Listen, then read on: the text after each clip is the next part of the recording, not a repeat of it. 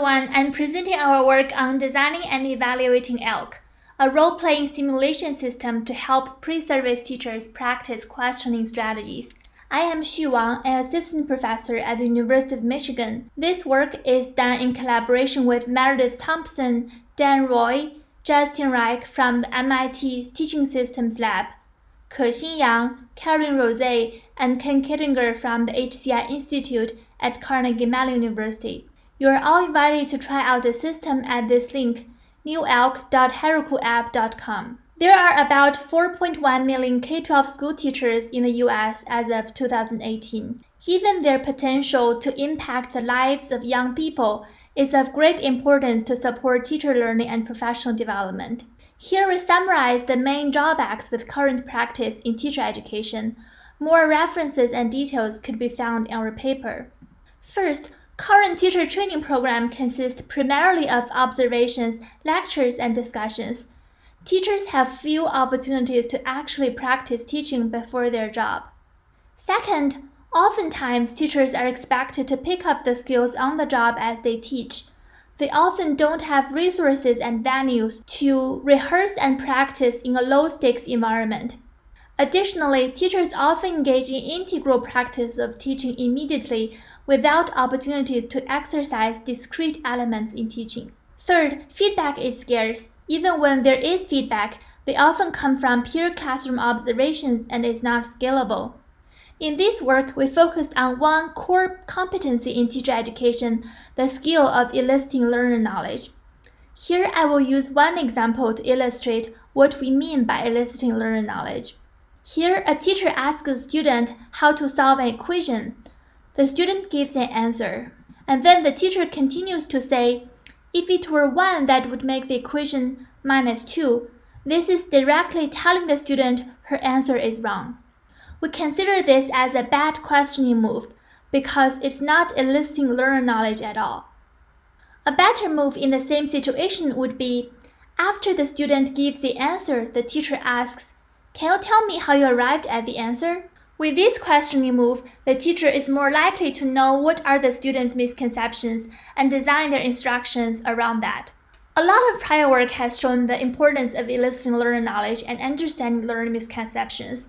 However, research has also shown that this is a real problem in practice. Even seasoned teachers often focus on evaluating student work as right or wrong without trying to understand their prior knowledge. In this paper, we develop a system that addresses this issue. Our goal is to help teachers move from telling and evaluating to effectively eliciting learner knowledge. With this goal, we develop ELK, a text-based role-play system for teachers to practice questioning strategies to elicit learner knowledge. Here, I will give a demo of the system. After entering ELK, the player will pick either the role of a student or a teacher. If I pick the role of a student, I could select a topic, for example, subtracting decimals. The student profile lists the student's current knowledge on subtracting decimals, including misconceptions. For example, I would produce wrong results when I subtract decimals from whole numbers. These are authentic student profiles we gathered from math teachers. On the other hand, a player can also pick the role of a teacher. The teacher profile lists authentic classroom scenarios. As a teacher player, my goal now is to elicit the other student players' knowledge and misconceptions on this topic. The better questions I ask, the less telling and evaluating I do, the more likely I'll be able to elicit the most prior knowledge from the other player. Both players chat through the interface.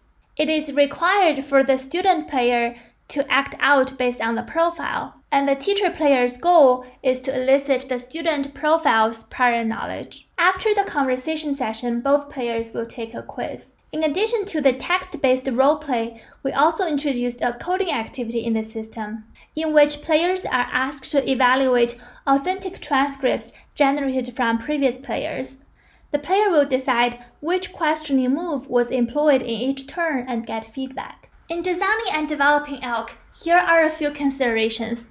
First, we want to provide low-stake practice of conversation through role-play. Second, we want to provide focused, discrete practice on skills. We use a text-based interface to reduce the cognitive load on teachers as they are learning the questioning moves. The coding activity is additional scaffold for players to learn. Third, we offer frequent feedback. Role play itself offers feedback as players gauge whether they are getting desirable answers from their partners. The quiz and coding activities all offer feedback. Last, because this is a text-based role-play interface, it's highly accessible and scalable.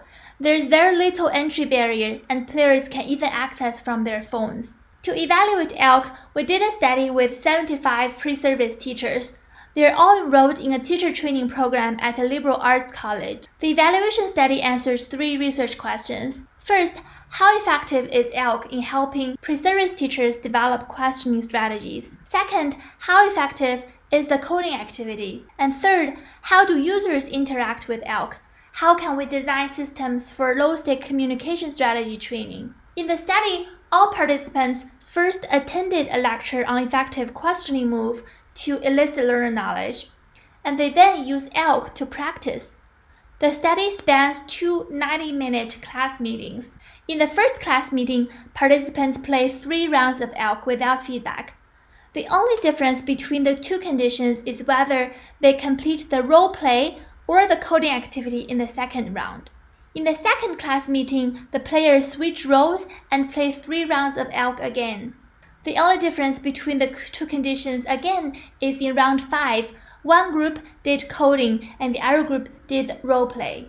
We designed it to be a mixed method study, and there are 2 outcome measures. First, we computed the frequency of positive and negative questioning moves players used in round 1 and 3 of ELK as the starting and ending point of their learning journey. Second, we qualitatively coded participants' responses in the survey to understand their experiences in ELK.